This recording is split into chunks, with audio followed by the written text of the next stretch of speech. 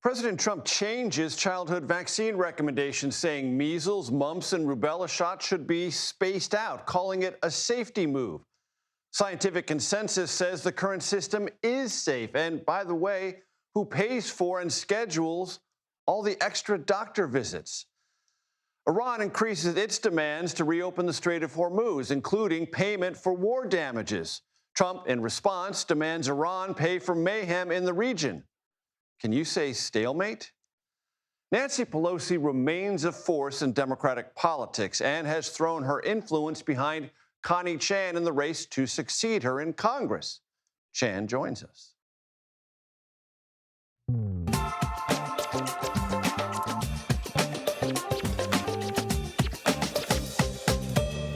Hello, everyone. I'm Major Garrett in Washington. Let me welcome you to the Takeout. We're going to open tonight with science news because President Trump signed an executive order late this afternoon that could dramatically overhaul the way parents and children receive and regard scientifically proven vaccines for a wide array of diseases. Though there was not an explicit connection drawn during Trump's remarks, the implication was left heavily in the air that current vaccine schedules have something to do with the prevalence of autism. Numerous studies, we should point out, have found no connection whatsoever. Trump also said millions of American parents feel coerced by the current scheduling system and therefore, he said, need the freedom to space out vaccination shots for their children. When asked how parents would cover co-pays for numerous visits, Trump said he didn't know, but that he would be working on that. There's also the practical question of pediatricians finding time and space to administer numerous shots under already crowded office conditions. Trump also said there was no risk to changing current methods. Quote, nothing bad can happen, he said. Ed O'Keefe will start us off tonight, and then we will explore this at length with CBS News Chief Medical Correspondent Dr. John LaPook. Ed? You want science news? We may be bringing you the weather as well here, Major, as there's a bit of a downpour here at the White House. But look, this new order signed by the president doesn't set immunization requirements or tell parents how to vaccinate kids. Only state governments can do that.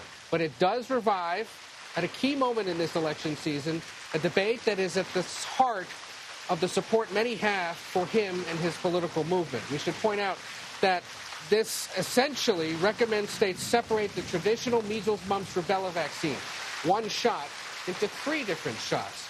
And then says that the federal government at least recommends the vaccinations for hepatitis B, COVID-19, and influenza, among others, are no longer recommended for all children. But as you pointed out, decades of research in numerous countries with millions of children in these different studies have found no link between vaccination schedules and autism, despite the president's doubts and the doubts raised by many in his political coalition. He talked about this a little while ago in an Oval Office event. Take a listen.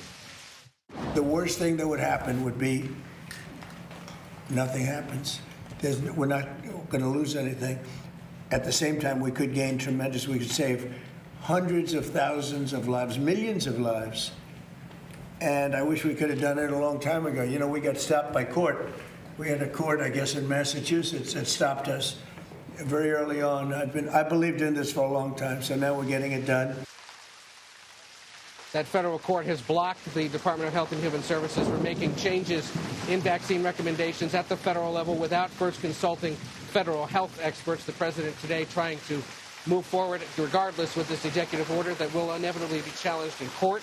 We should point out that among the medical professionals today raising doubt and criticizing the president strongly for this, Louisiana Republican Senator Bill Cassidy, who is a physician, and says in part on X today, parents should listen to their child's pediatrician about vaccines rather than listening to an inaccurate executive order. This is so wrong. Major, we are under a tent, but I'm going to send it back to you.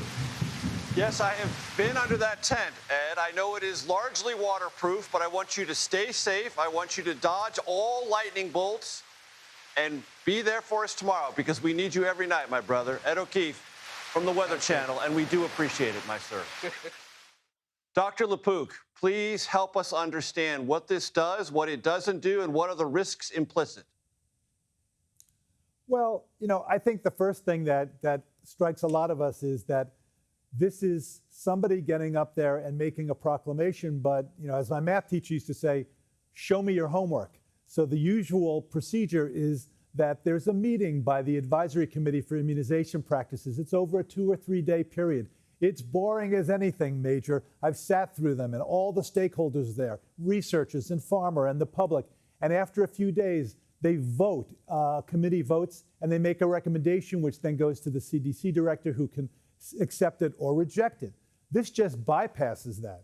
So it's not the way usually things are done. It doesn't give the community of doctors and other researchers the ability to say, okay, how did you come to that conclusion? But the White House kept saying today, the president and those standing with him in the Oval Office, that this is the result of gold standard scientific research, that they've discovered new things that were undiscovered before and risks that were not fully appreciated before. Is any of that true? Well, again, show us your homework. You have to keep an open mind. We don't know everything. But as Ed said in the piece, there have been extensive research and studies. More than 1 million kids were involved in one study in Denmark showing no association between vaccines and autism. And one thing especially struck me that the president said today. He said, nothing bad can happen. And I'll give you an example of something that potentially could happen that's bad. There is a real misconception about hepatitis B vaccine, which now they're saying, okay, that's not recommended to be given at birth. Because the assumption, which is not correct, is that you can only get hepatitis B if you're an infant from an infected mother.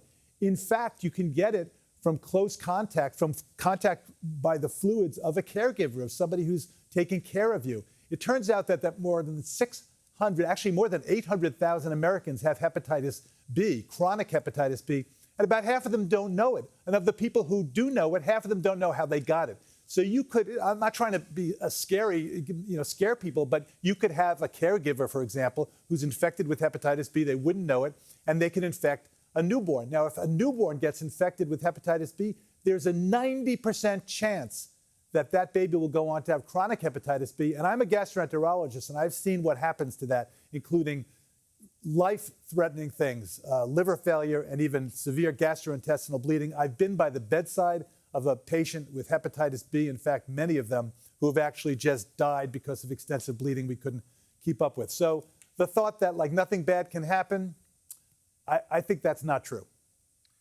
Ed O'Keefe mentioned Senator Bill Cassidy, who's a physician, and an ex-post he put out about this. Reading also from that, he says, Dr. Cassidy, Senator Cassidy, breaking up vaccines will mean children will have to get more shots to get the same protection, not fewer shots. It will increase hesitancy and make children less safe. Do you agree or disagree with that? I actually do agree, based on what the American Academy of Pediatrics is saying and other people. And you always have to ask yourself, when there's a new recommendation, what's the new data that came out that made them say, okay, now we used to do this, now we're going to do that? Show us your homework. One last thing, Dr. LaPook, just practically. The president was asked about this, he had no answer. This means more visits, which means more copays, which means more logistical hassles for parents, for children, and for pediatricians and their staff. That's a real issue, is it not? It's a real issue. And when you think where we are in kind of limbo, where you have the American Academy of Pediatrics making one recommendation, the President of the United States making another recommendation, where does that leave parents? Well, I would say if there ever was a time to talk to your caregiver, it's now. But again, who's going to pay for those visits and the extra visits you mentioned? Dr. John LaPook, always a pleasure, sir. Thank you. Okay, negotiations between the United States and Iran, where are they? Well, President Trump told Axios that he is, quote, semi-negotiating with Tehran. The Iranians are demanding compensation for war damage in order to reopen the Strait of Hormuz. CBS News national security contributor Sam Vinograd joins me now. Sam, as I indicated in the cold open, well, the president said, well, if you want payment for damages inflicted upon you during this war, we want damages for all the mayhem you've inflicted over the region for some 47 years. These both sound to me like extravagant, irreconcilable demands, so the stalemate continues. It does publicly, but Major, I think part of what's so unusual here is we have this public negotiations. It's not surprising to me that the Iranians are laying on more demands. The Iranian regime has historically done that in various rounds. Nor is it surprising to me that the United States, a counterparty, is coming back and saying, if you ask for more, I'm going to ask for more too. What's unusual is that this is happening in public. So if we take that out of it, the question then becomes, how do we unlock this stalemate? And there's really three options I see. Number one, Trump could choose to amp up military pressure, try to get other countries involved in the military campaign. Problem is, it is publicly known based on various reporting, including CBS reporting, we are running low on a lot of missiles, not to mention air defense interceptors. And our allies in the region want this to be de-escalated, not escalated. They sure do. So military option, dicey at best. Next option is economic pressure. Well, the Iranian regime has a much greater tolerance to suffer economic downside risk than, say, the Treasury US Department government. announced new sanctions on Friday, meant to tighten up things. It's a bit of a game of whack-a-mole when it comes to And what do the Iranians sanctions. do in response? Increase their demands. And they know that gasoline prices, not to mention access to fertilizer and other matters, are hurting the U.S. economy and hurting President Trump's polling numbers. So third option, Major, is really to cut and run, to say, this is enough, I have to leave. The Iranian regime maintains control of the strait, not to mention many other things. So the three options in front of President Trump are quite unpalatable. And just to throw into this mix, the Houthis have suddenly become much more aggressive in the last couple of weeks with Saudi Arabia and in traffic around them. That's got to be considered. It sure does. And the Houthis are one of many Iranian proxies that have been activated, could be activated. We haven't, we could talk about proxies in Iraq, Hezbollah, of course, in Lebanon. So there's a lot more cards the Iranian regime has to play to really show that it can maintain control, not just of maritime jurisdictions, but that it can also launch missiles, drones, and more into actual Gulf countries. One thing they haven't done yet, Major, which the intelligence community has assessed they retain the capability to do, is activate proxies globally outside the region. And that's something that I'm quite worried about. One last thing, Sam, before I let you go. It was said over the weekend by the Israeli Prime Minister, Benjamin Netanyahu, forget it. This 15-point plan on Hamas disarming and Israel withdrawing, unacceptable on any basis. Sure. And again, we're seeing this all happen publicly rather than privately. Which was a blow to the Board of Peace and all its ambitions. Yes. The agreement, the 15-point plan, was negotiated between Hamas and the Board of Peace. The Israelis were not part of that negotiation. For Prime Minister Netanyahu and the Israeli government, they have been directly impacted by Hamas's violence, of course, October 7th, and then Israel's war in Gaza, which killed tens of thousands of Palestinians. At the same time, Netanyahu is facing a very, very difficult national election in October. He has incredibly hawkish members of his governing coalition that are against any deal with Hamas. So President Trump, Board of Peace, and negotiators have a lot of work to do with Israel to convince them that they are going to have to make some concessions, even if not full withdrawal right away, some concessions if Hamas is going to start giving up some degree of weapons in Gaza. And to your point, Sam, this would be a politically hazardous time for Benjamin Netanyahu to make such concessions. It would. Sam, thank you. Always a pleasure. Thank you. Several states are holding primaries tomorrow, including governor and senator contests in Minnesota and the primary to replace the late Senator Lindsey Graham in South Carolina. We have reporters on the ground following the top races. Mark Strassman in South Carolina and Jonah Kaplan in Minneapolis. Mark, let's start with you. What are you hearing? What'd you see? Interesting race here, Major, that comes down to really a double test of brand loyalty. Loyalty to two political names, Graham and Trump. Darlene Graham, the sister of the late senator, now running for his seat, and she has been endorsed by President Trump. How will that play with voters? Well, we caught up with her outside a Columbia restaurant and asked her this morning, what issue matters most in your mind to Americans? I want to focus on health care, affordability, the things that really matter to the people in South Carolina. Again, not that national security is not important, but again, you got to go to the food line behind you and buy groceries every day to support your family, right? There are 10 Republicans running in this special primary, including 2 sitting congressmen from South Carolina and a former governor from South Carolina. And they are trying to convince the people who are going to show up at the polls tomorrow that Lindsey Graham's sister has the name, but she doesn't have the chops to run for office now. But this is what they're up against. We caught up with this guy also this morning. Well, I'm a Trump guy. I voted for him in every election in South Carolina and national. And I think it carries some weight. You know, again, if she didn't stand for the policies and the the things that I stand for, like the Second Amendment, closing the border, I wouldn't support her. I wouldn't vote for her. But Trump supporting her, that carried a lot of weight as far as I'm concerned.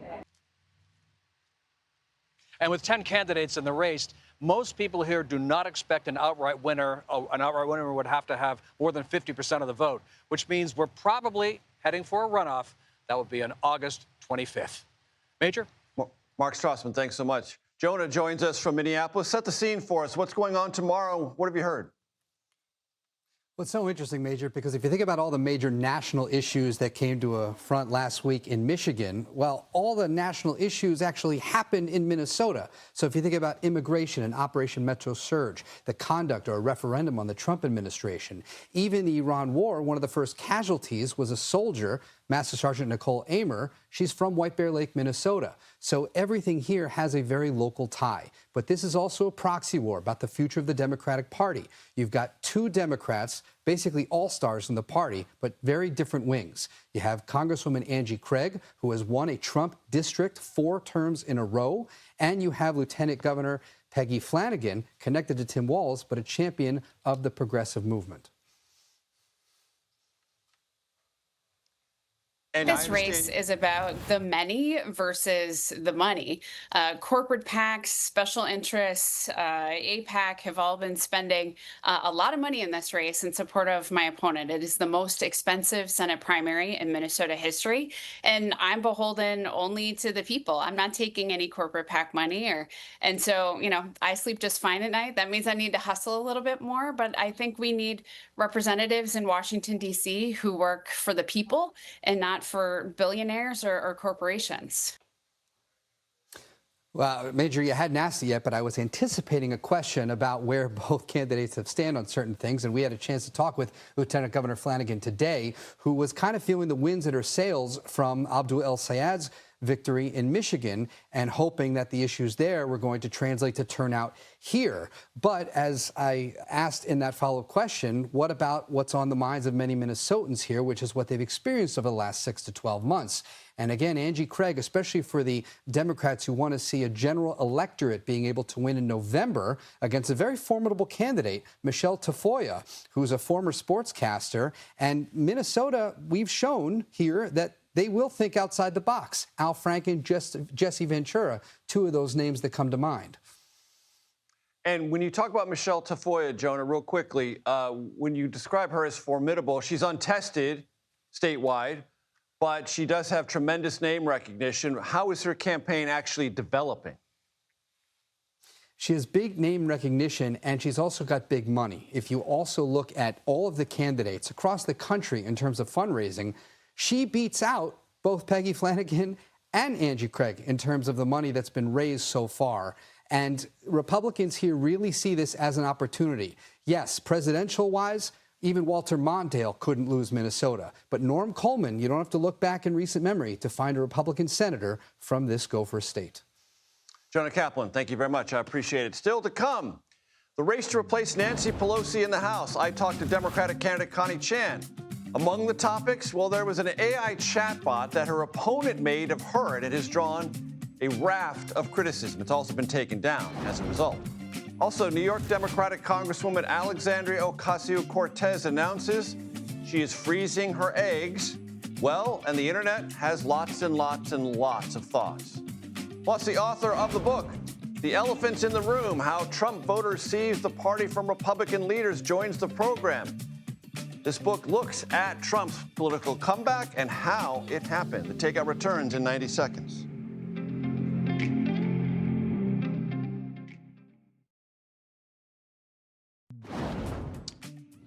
Welcome back to The Takeout. California congressional candidate Scott Wiener has deleted an AI chatbot that his campaign produced, mimicking his opponent, Connie Chan. Wiener says that AI chatbot was meant to highlight what he described as Chan's obstructionist record on a whole range of issues, among them housing. But critics said it mocked her with racist and sexist undertones. Wiener blamed Chan's campaign, alleging it, quote, bombarded the chatbot with repeated malicious questions about her accent, her race, her citizenship, in order to generate a false narrative they could peddle to the media. The chatbot refused them every time. Well, to check up on that, we're going to turn to Connie Chan herself. Is that true, Connie Chan, that your campaign bombarded this chatbot with all sorts of insidious questions? Well, it's good to be with you, Major. Let me just say, as a mom of a 13-year-old, my 13-year-old asks all sorts of questions online, and that is always the responsibility of the one that provides that answers to make sure that it is factual and not sexist and not racist. And clearly here, my opponent's chatbot did not do that. It mocked my accent and say that my accent is so thick that I cannot even understand myself, or answer like questioning my birth certificate that is held up at a planning commission, and those are really problematic. And even though I think for my opponent, it's making the right decision to take it down, that judgment is questionable. And he also took billboards down. So in this part of the campaign, these decisions that Mr. Weiner made, do you regard them as overtly sexist and racist? Oh, absolutely. But the question is actually bigger than that. It's the fact that he is bought and paid for by companies and now have made the decision to use these chatbots, these technology, to mock me and tell stories about our campaign and myself. And that using that AI technology in a campaign and political campaign, spreading misinformation is a bigger problem for all of us, and that we should all pay attention to it. So, however this race ends up, a Democrat's going to go to the House in Nancy Pelosi's stead. So what is the fundamental difference between you and Scott Weiner? Why are you a better person to send to Washington instead of him? Because we're here to do the people's work and making sure that working people have health care, have affordable child care, have free city college that we have in San Francisco that provide access to higher education. We know that it is time for us to abolish ICE. We believe in that agenda, not only that we can deliver that agenda on day one. Look, I am a first-generation immigrant. I came to San Francisco's Chinatown with my single mom and a younger brother. I know how hard it is for working families in San Francisco. We know that they need a break. We need a break, and I have what it takes. Scott Weiner, my opponent, actually is, again, not only that he take corporate PAC, bought and paid for by AI companies and crypto companies. We know that he's just not able to hold these companies and corporations accountable. Clearly, using the AI chatbot as a way to campaign, show us questionable judgment. Can he even actually hold these AI companies accountable? Clearly not. Scott Weiner says your resume on the San Francisco Council is one of obstructionism, that you block all sorts of good ideas from happening. He also says, for all intents and purposes, your current campaign has been overtaken by Nancy Pelosi. Respond to both. Well, let me first say that we say no to the rich and powerful. We say no to Donald Trump's cuts to healthcare and public education. So I'm very comfortable saying no when it comes to defending San Franciscans, our right to healthcare, our rights to education, our rights to immigrant and LGBTQ rights.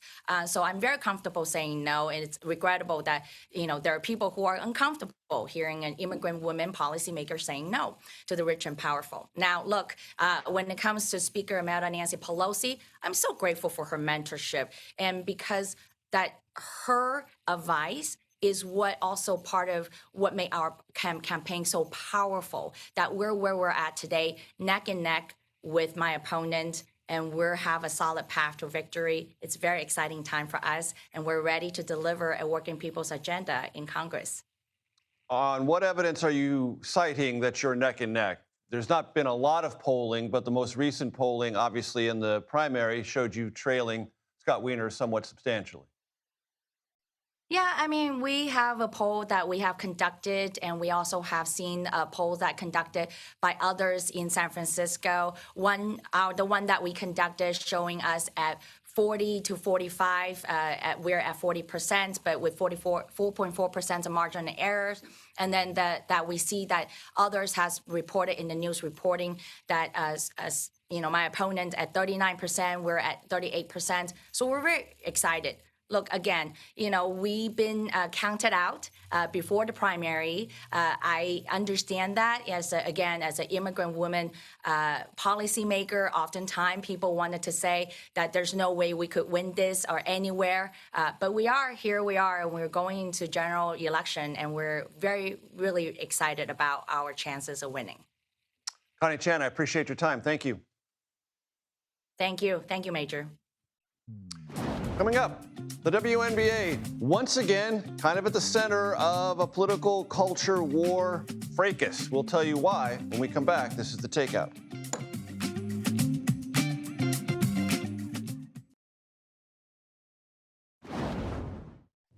Welcome back to The Takeout. The WNBA is facing some culturally turbulent waters on and off the court, and this time it doesn't have to do with Caitlin Clark. But it does have to do with Chicago Sky's Dejounte Carrington, who was ejected after fouling Indiana Fever's Sophie Cunningham. That was on Saturday. Now, a foul in a WNBA game would not necessarily warrant the attention of this program, but then something happened. After she was tossed from the game, Carrington posted on social media, quote, "White privilege." Cunningham, we should note, has been vocal recently in her support for barring transgender athletes in women's sports. And today, former NBA player turned conservative activist Enes Freedom, when he played the NBA, he was known as Enes Kanter, submitted a letter of intent declaring eligibility, at least he says so, for the WNBA draft in protest against trans athletes in sports. Freedom, Kanter, claims he's eligible under the WNBA's vague rules. Doug Feinberg and Jennifer Say join me now to discuss all this. Doug covers the WNBA for the Associated Press. Jennifer is a former U.S. gymnast and the founder of XXXY Athletics, an advocacy group for keeping trans athletes out of women's sports. Doug, let me talk to you first because you wrote a story late last week about a memo that the WNBA commissioner submitted and the subsequent dialogue it's trying to forge. What do we know? Well, Major, Commissioner Engelbert put a memo out to the presidents and GMs on Friday afternoon, basically trying to address the trans issue that is creeping into the WNBA. It's a very delicate topic. She's trying to be respectful and thoughtful for what could be eventually an issue, although right now it's not. There are no trans athletes that are in the WNBA or have gotten the WNBA.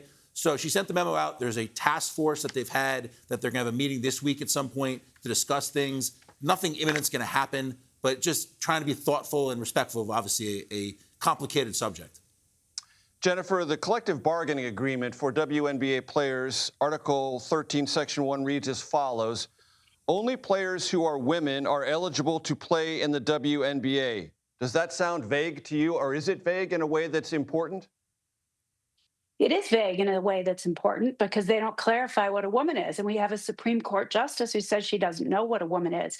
Under the law in many, many states, and 23 states, in fact, if you say you're a girl or a woman, you are. And that trumps actual sex, and you can compete in girls' and women's sports. So it is very necessary to define it. The IOC has done so, and they will test for sex at this next Olympics in 2028. And the WTA, the Women's Tennis Association, has also just announced that they will test for sex, and all of the top players support it. That's all that we're asking for. And I would push back a little bit. We have no idea. This isn't about trans in basketball. This is about men, male athletes playing in the WNBA, women's NBA. That's what this is about. And we don't have any idea if there ever have been any males playing in the WNBA. We want to draw a boundary. I think that's the right thing. I think she should get on board with what the WTA and the IOC have already done. The Professional Women's Hockey League and the National Women's Soccer League, their collective bargaining agreements have language very similar to the WNBA. So from your perspective, Jennifer, are all three of those women's leagues vulnerable to this particular issue? Yeah, I mean, there are many that suspect. I think it's pretty clear that in the NWSL, there are males that are playing in the women's soccer league. They are not trans. They are male athletes with DSDs. They've tested as such in other leagues, but they don't test in the NWSL. They don't even test for drugs in the NWSL. I mean, they need to clean that league up. We need clean sports, and we need women's sports to be for women. And yes, they are at risk. Doug, what is the general sense within the WNBA and those who cover it about how it's handling all these things that seem to find their way into the cultural conversation of America that are not necessarily basketball related? White privilege is about a foul, but it's about a lot of other things as well.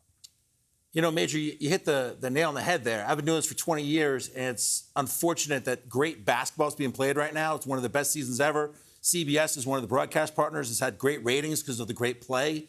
Olivia Miles, one of the most talented rookies they've had in a long time, is playing great. Caitlin Clark, we mentioned before. A lot of great things. So people wish they were talking more about basketball, stuff going on the court than off.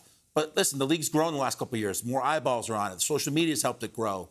So they're discussing it, but really it's something in the background in some ways. The Dejanay Carrington foul, she just came on social media about an hour ago saying that the white privilege was not in relation to the foul that was called against her, the flagrant that got her ejected. She didn't say what it was in reference to, but unfortunately, that's more the conversation than actually the really good play that's going on the court this season.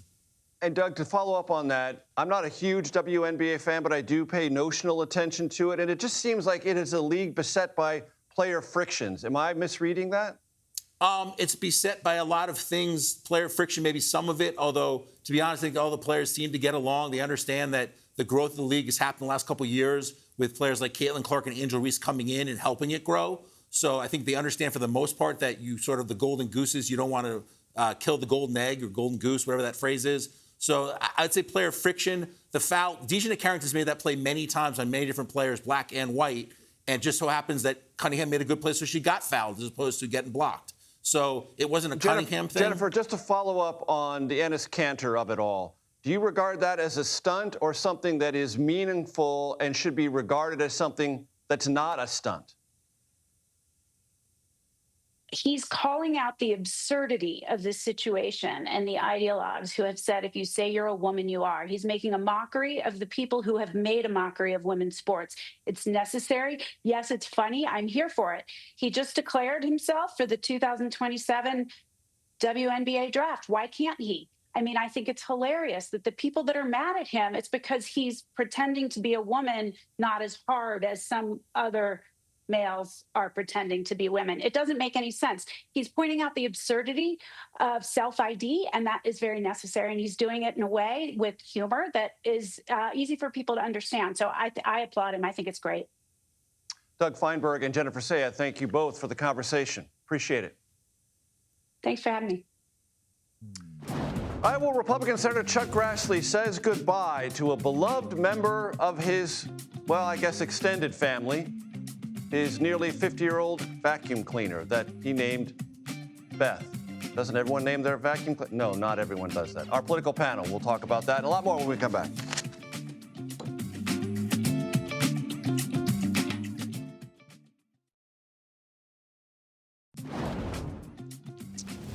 Welcome back. Political panel time. Republican strategist and former chief of staff to Mike Pence. Remember, he was vice president.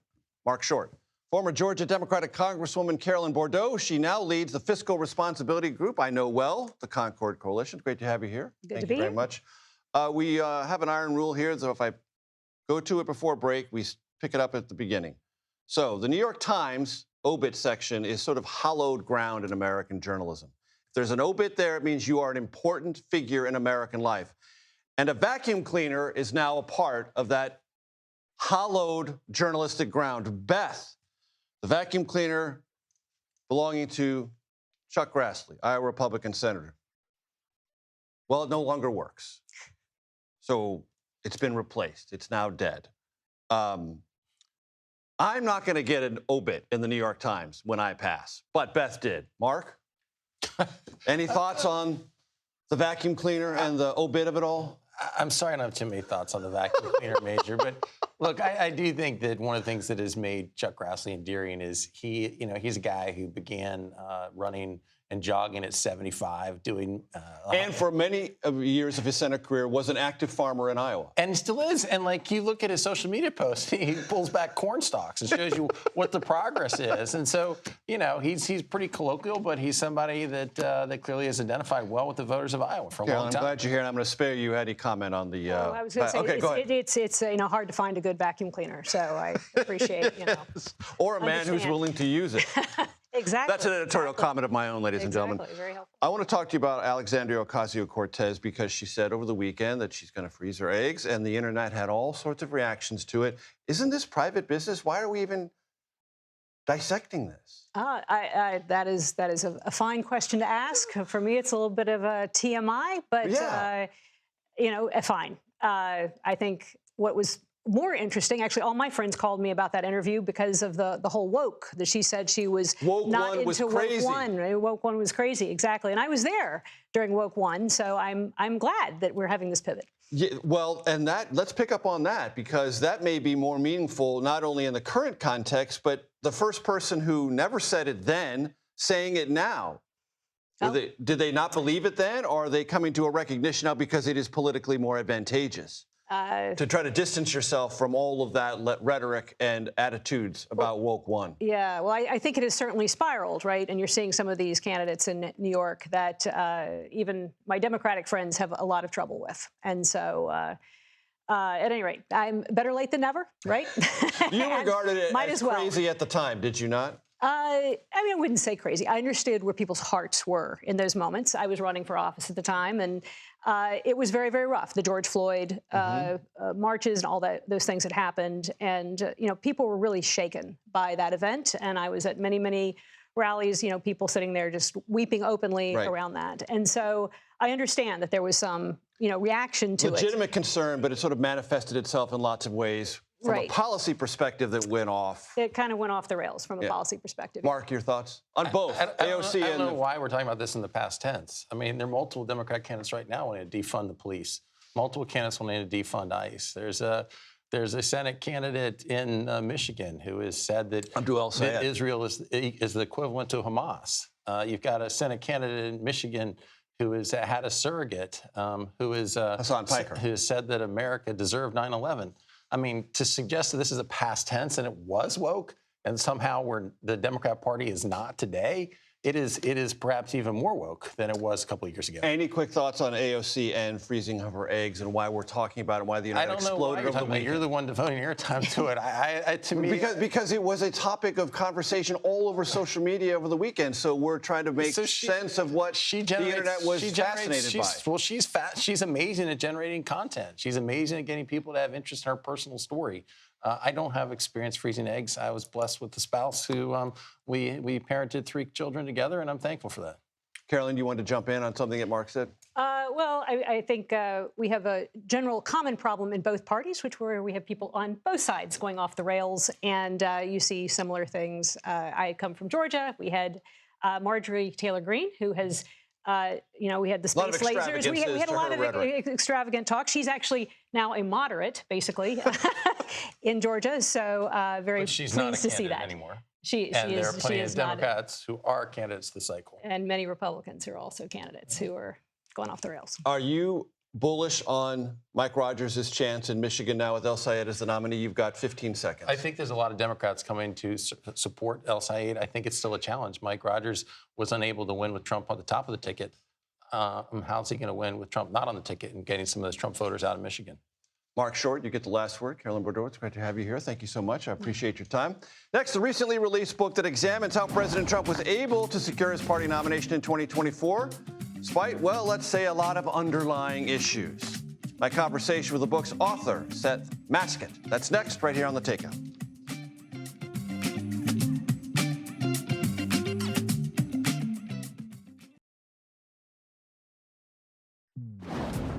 Welcome back. The recently released book takes a long look at how and why Republicans chose Donald Trump as their standard bearer in 2024, despite lots of, well, complications. His 2020 loss, criminal indictments, the Capitol riot. The book's called The Elephants in the Room, How Trump Voters Seize the Party from Republican Leaders. I spoke with the book's author, Seth Maskett, earlier today, and here is part of our conversation. So, going to the title of the book, who are the elephants in the room and why do they matter? The elephants in the room, as I frame it, are essentially people involved in the party. I mostly describe local party officials across the country, county party chairs, which you might call like the middle management of the party. These are people who sometimes in the past have been, they're not majorly powerful, but they're influential. They're connected. They're the sorts of people who will talk with each other. They'll confer with each other. They're part of the connective tissue. Yes. And in some ways, they can help make a decision. Grassroots voters, state party, national party, White House nominee. Absolutely, yeah. These people can help sort of determine who the nominee is just through spreading information. And they're kind of a Geiger counter of what's going on among the party faithful. Yes. So how did Trump change all those orientations? So you still have those people. They still exist, but they have seemed to have lost power to essentially a very passionate group of voters and activists out there who are very loyal to Donald Trump. And we saw this really starting in 2015 when he first puts his hat in, throws his hand in to run for president. And a lot of the party is not behind him. You know, a lot of people are coming out and giving speeches against him, endorsing other people. And he still keeps doing well. He still keeps doing well among voters, and they don't seem to be figuring out a way to stop him. He just developed this kind of connection with a very passionate group of voters that proved impervious to whatever these party insiders who either were Republicans or were gravitating to the party in ways they never had before because of Trump. Yeah, and also people who had just not been particularly interested in politics before, that he drew into the system with the combination of his fame and his wealth. Right. Yeah. I have a way of simplifying that to say, before Donald Trump came along, lots of people who love professional wrestling didn't really care about politics. Right. But then, because of Trump, they cared about both professional wrestling and politics. And guess what? One started to look like the other. Yeah. I mean, in some ways, like, you know, Arnold Schwarzenegger's run in California was like a test run of this. Right. You know, people who like loved his movies but hadn't really thought much about politics, and suddenly they're interested in both. This was this much on a much larger scale. And we'll get into a lot of the other underlying factors, the 1964 of it, the 68 of it, the 92 of it, the 92 and 94 of it. But there's a big compartment of this